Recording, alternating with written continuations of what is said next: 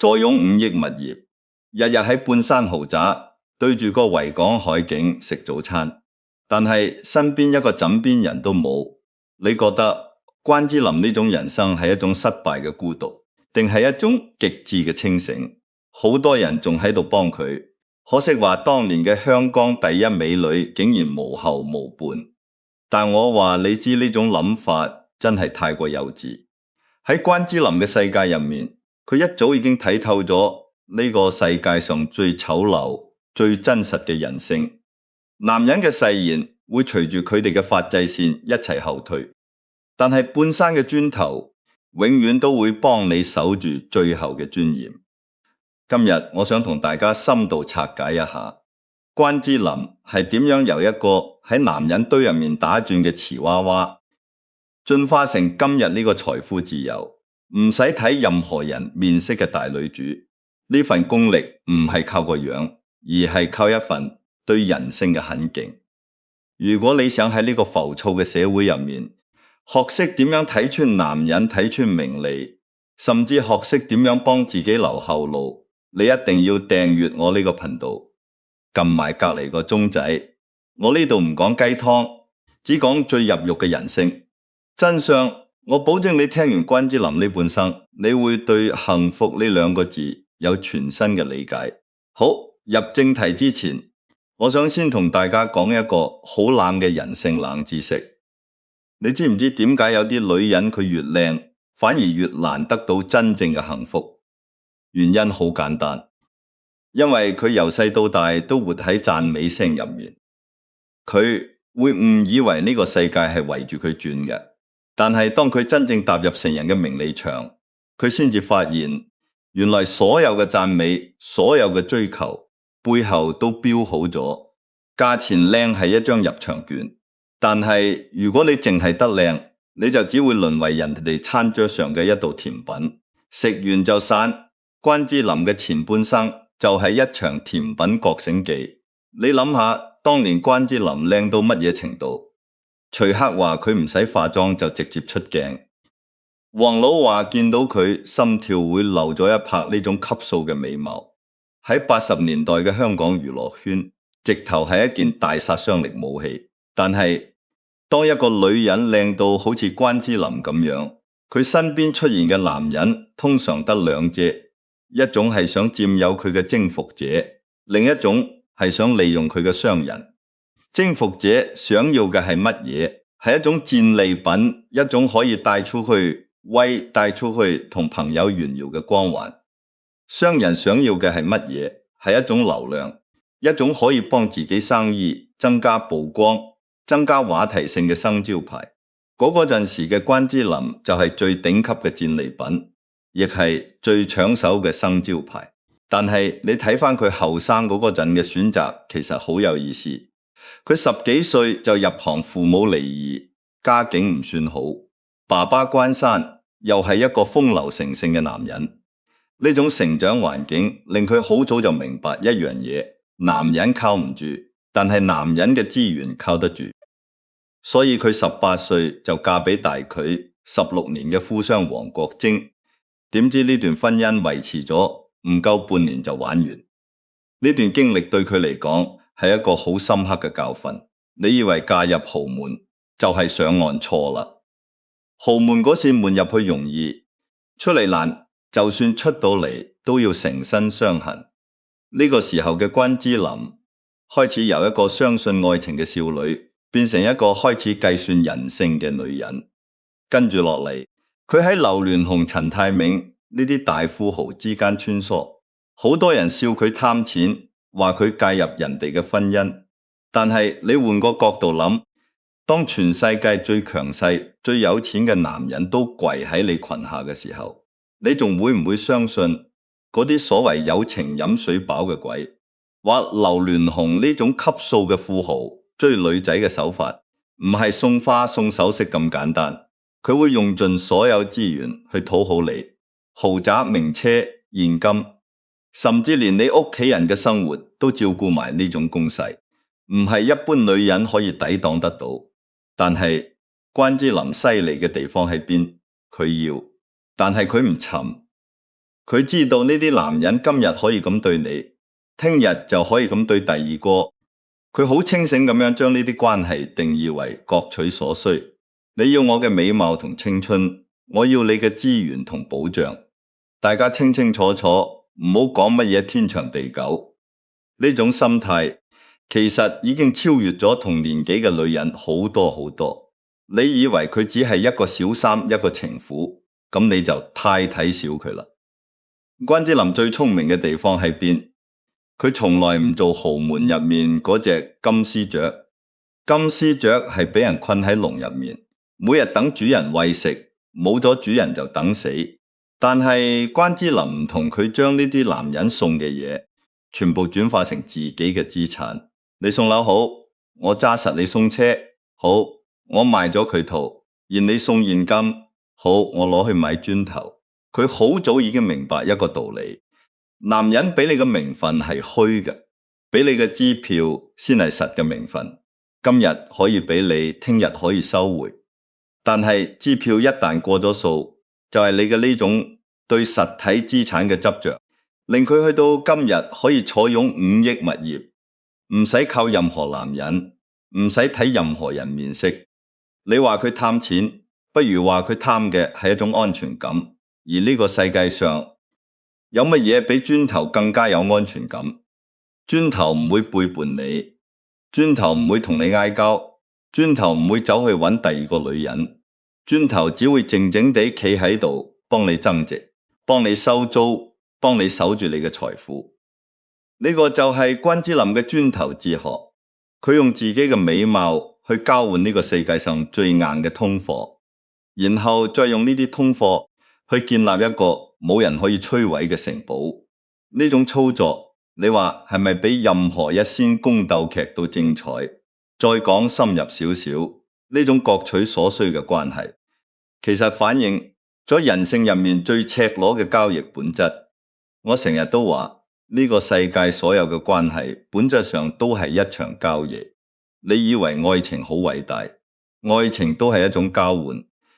你交換嘅係情感支持、肉體吸引、生活陪伴，只係呢種交易太隱蔽，隱蔽到連當事人都唔察覺。而關之琳同嗰啲富豪嘅關係，只係將呢種交易擺到最明面，大家唔使戴面具，你出資源，我出美貌，清清楚楚。呢種坦誠嘅交易，反而比起嗰啲掛住愛情名義，實質上各懷鬼胎嘅關係更加乾淨，更加有效率。但係呢種清醒唔係天生嘅，而係被現實一次又一次咁樣毒打之後先至練成嘅。你想下，一個女人由細到大都被讚靚，被眾人追捧，佢有乜嘢動力去思考人性嘅黑暗面？冇直到佢嫁錯人，離婚，成為全城笑柄，然後再俾男人利用，被社會標籤，佢先至開始覺醒。呢個過程係好痛苦嘅，但係關之琳熬過咗。佢用自己嘅親身經歷去換取一份對人性嘅深刻理解。呢份理解就係佢後來可以全身而退嘅關鍵。去到呢度，我想問下大家一個問題。你覺得關之琳後生嗰陣係應該追求真愛定係追求資源？喺下面留言話，我知你嘅真心話。我成日覺得呢個問題冇標準答案，但係你嘅選擇會決定你將來嘅人生走向。如果你揀真愛，你就要接受真愛可能帶嚟嘅貧窮同背叛。如果你揀資源，你就要接受資源背後嘅孤獨同計較。關之琳揀咗後者，但係佢用咗一種好聰明嘅方式，將資源變成咗自己嘅底氣，而唔係依賴。呢個就係佢同其他拜金女最大嘅分別。佢經歷過失敗嘅婚姻，經歷過咁多段轟轟烈烈嘅緋聞，佢終於明白咗一個道理：男人嘅誓言係呢個世界上最唔保值嘅嘢。佢哋今日可以同你講我養你，聽日就可以同你講你食我嘅，着我嘅。呢種反轉，關之琳見得太多，所以佢選擇咗唔再相信任何承諾，只相信自己嘅物業。呢種就係人性入面嘅及時止蝕。當你發現感情呢盤生意唔好做嘅時候，你就要識得抽身，將本金攞返嚟。呢個時候嘅關之琳已經唔再係嗰個俾男人擺布嘅瓷娃娃，而係一個識得計算風險、管理資產嘅女企業家。佢嘅商業頭腦可能比好多上市公司嘅 CEO 仲要犀利，因為佢管理嘅係自己嘅人生。咁你可能會問，咁樣嘅人生會唔會好寂寞？會唔會好空虛？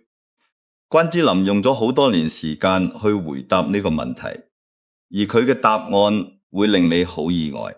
佢冇逃避孤獨，反而係將孤獨變成咗一種享受呢個女人嘅厲害之處，就係佢永遠都唔會俾社會嘅標準去定義自己嘅幸福。如果你係關之琳，面對當年嗰啲頂級富豪嘅追求，你會唔會選擇單身到底？呢個選擇背後其實係一個關於自由嘅命題。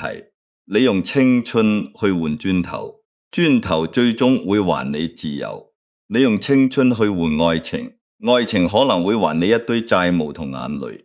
關之琳揀咗前者，所以佢今日可以喺半山豪宅食住早餐，望住維港，唔使再對住任何一個男人嘅面色。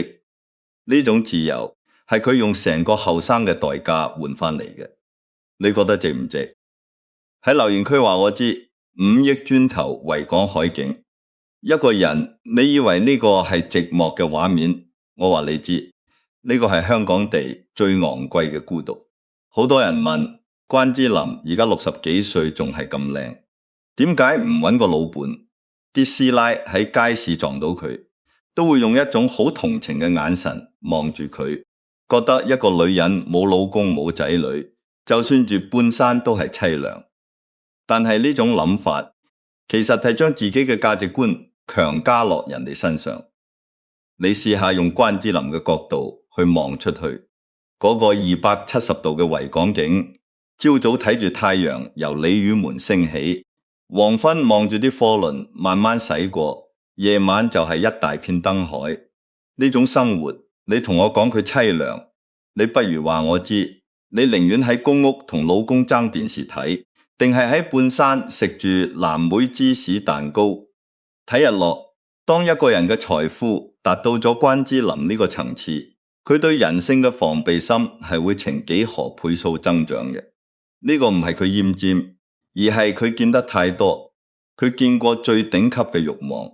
嗰啲男人可以為咗得到佢一擲千金送樓送車，但係轉個頭又可以同第二個女人講同樣嘅嘢。佢都見過最卑微嘅討好。當你有錢有名，身邊會出現好多好朋友，個個都話關心你，但係你永遠分唔清佢哋關心嘅係你個人定係你嘅錢。到咗今日，關之琳仲需要一個男人喺身邊指手畫腳咩？仲需要多一個可能嚟分佢身家、傷佢心，甚至拎佢嚟出新聞嘅人咩？佢唔再需要透過男人嘅眼神嚟確認自己靚唔靚，更加唔需要透過一段婚姻嚟證明自己圓滿。呢種唔需要就係佢用成個後生換返嚟嘅底氣。人性入面有一種野心叫做自我主宰，呢個詞好多人唔明白，以為係乜嘢哲學術語，其實好簡單，就係我嘅人生，我話事。關之琳而家嘅狀態就係將呢種野心發揮到極致。佢可以一個人喺幾千縷嘅大屋入面同自己隻狗玩，或者約3、5知己返嚟開香檳，傾到半夜3更，唔使同任何人交代。佢可以突然之間想去歐洲，聽日就買機票走，唔使睇人面色。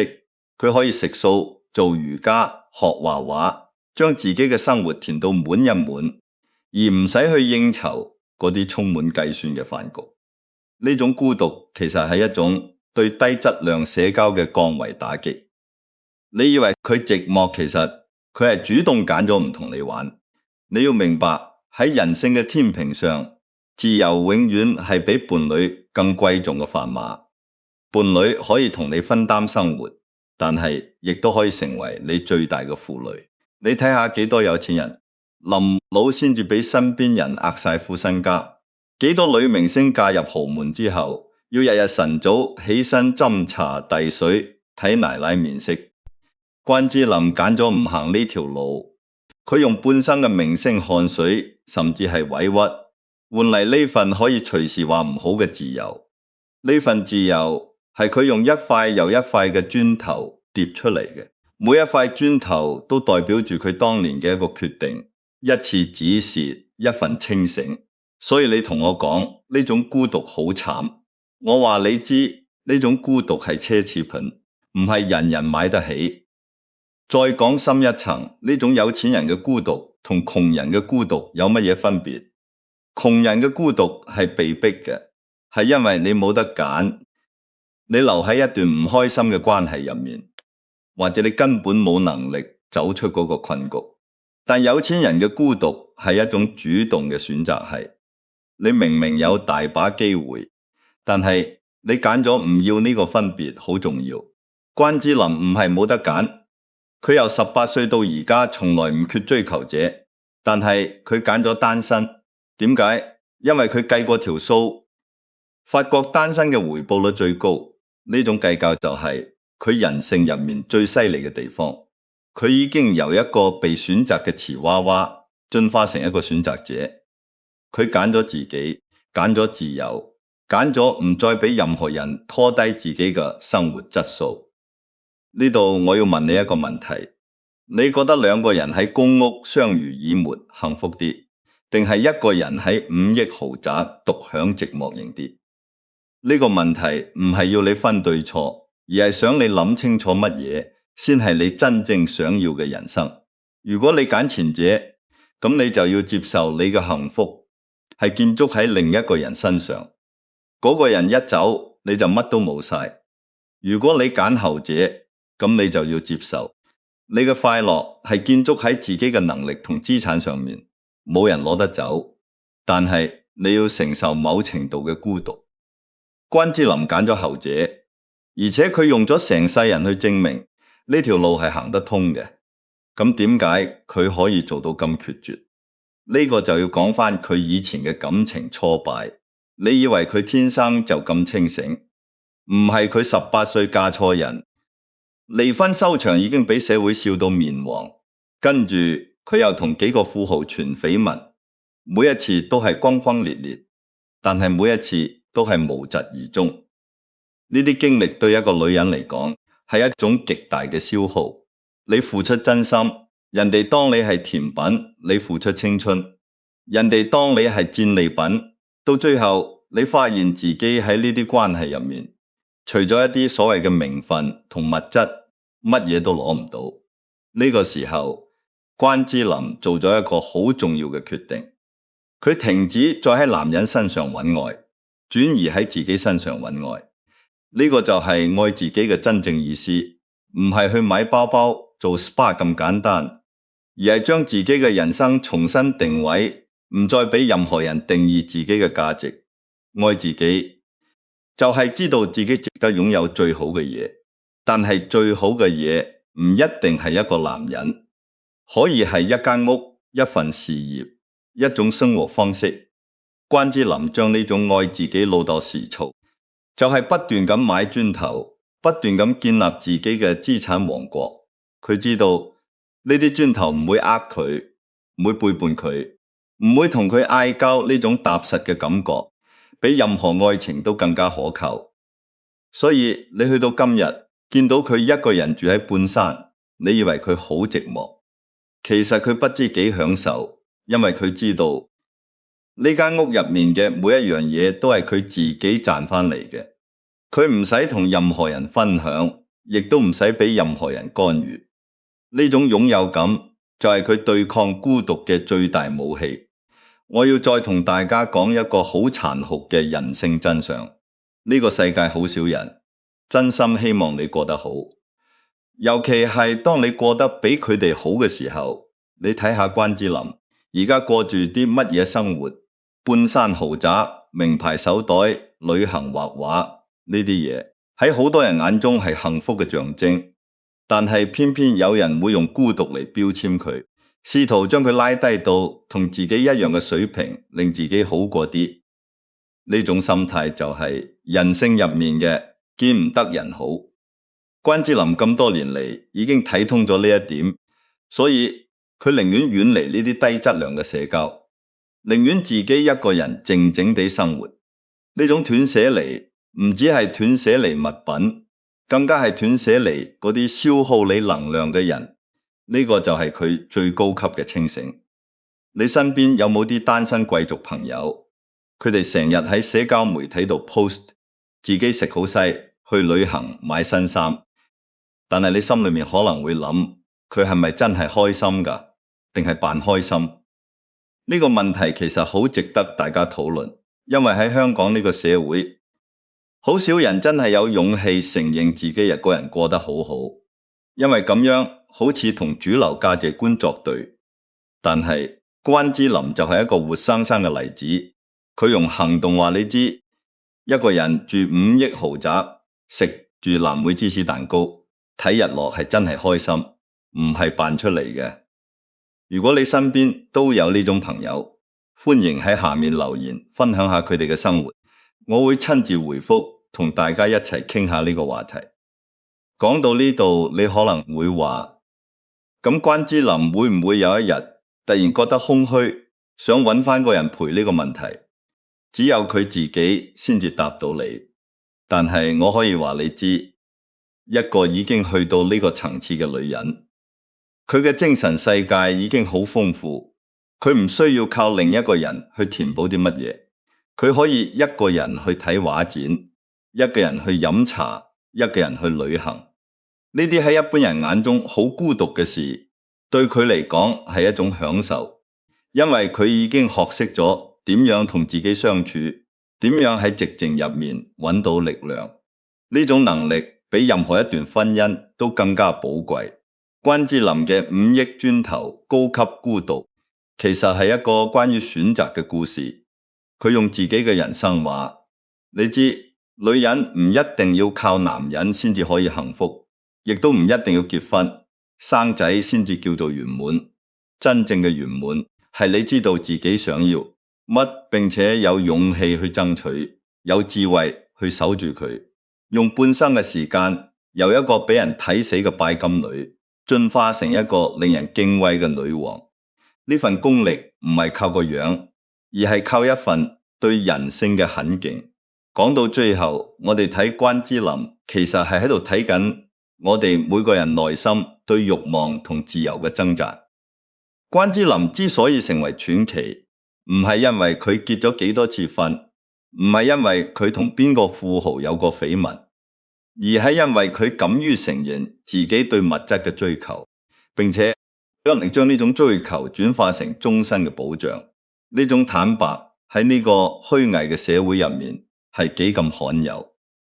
你睇下幾多人明明想要錢，但係又要扮清高；明明想要愛，但係又要扮獨立。關之琳唔同，佢活得好直接，好坦蕩。佢唔會喺大眾面前賣慘，亦都唔會刻意營造一個幸福家庭嘅假象嚟呃自己。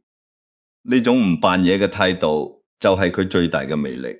呢個就係人性最高級嘅格局，認清現實，然後優雅咁老。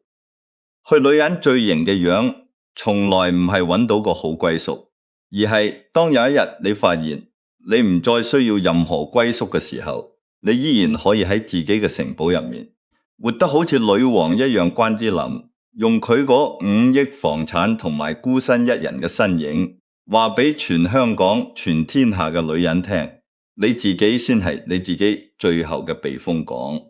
呢句說話唔係心靈雞湯，而係佢用半生傷痕換翻嚟嘅血淚教訓。咁我哋普通女人可以喺關之琳身上學到啲乜嘢？我俾你3個最實質嘅心態，建議你記低佢。第一，承認自己嘅慾望唔係一件醜事。你想要錢，想要安全感，想要靚衫靚袋，呢啲係人性，唔使覺得羞恥。關之琳一生人最大嘅突破，就係佢肯承認自己貪錢，然後將呢種貪念轉化成一個又一個嘅磚頭。你唔需要學佢咁極端，但係你要學佢咁坦白。當你敢於承認自己想要乜，你先至會有動力去爭取，先至唔會俾人用愛情2個字嚟呃你。第二，將感情當成一盤生意去管理，學識及時止蝕。呢個世界好多女人成世人就係衰喺唔甘心3個字，嫁錯人唔甘心離婚，男朋友出軌唔甘心分手，結果呢，賠上更多青春，更多眼淚。關之琳18歲就離婚，佢唔覺得醜，反而係即刻止蝕，將本金攞返嚟，呢種狠勁。你先至要學感情，唔係童話，而係一種投資。你投入咗時間同心血，就要識得評估回報。一旦發現呢個男人係一隻仙股，你唔走人，等佢變廢紙啊！第三，建立自己嘅磚頭王國，唔好淨係掛住扮靚。關之琳最聰明嘅地方就係佢知道美貌會貶值，但係磚頭會增值。佢冇將所有籌碼壓喺一個男人身上，而係將資源分散投資，最終令自己成為最大嘅股東。你都係一樣，無論你而家幾多歲、幾多收入，都要學識嘅理財，學識儲蓄，學識為自己嘅將來鋪路。你可以買唔起半山豪宅，但係你可以由一個細細嘅單位開始，一步一步建立自己嘅資產。呢啲資產就係你將來嘅底氣，就係你隨時可以話唔好嘅自由。最後，我想講一個好重要嘅觀念，唔好將幸福嘅定義權交俾人。社會成日話女人要結婚生仔先至幸福，呢啲係集體洗腦。你睇下關之琳，佢冇老公冇仔女，但係佢嘅人生比好多所謂完整家庭更加精彩，更加自由幸福，係一種好私人嘅感受。冇人可以代替你去定義。你從意一個人就一個人，你從意結婚就結婚。重點係你要有隨時可以一個人過得好嘅底氣，咁你先至可以有真正嘅選擇權。呢個就係關之琳俾我哋最大嘅啟示。如果你覺得今日講關之琳呢集片有邊一句話戳中咗你嘅心窩，記得一定要訂閱我呢個頻道，分享俾你身邊嗰啲仲喺感情入面迷失方向嘅朋友。我呢度永遠為你準備最清醒嘅人生解藥。我哋下次再見，繼續拆解嗰啲你睇唔透嘅人性江湖。記住你自己先係自己最後嘅避風港。撳個訂閱，撳埋個鐘仔，我哋一齊睇穿呢個世界。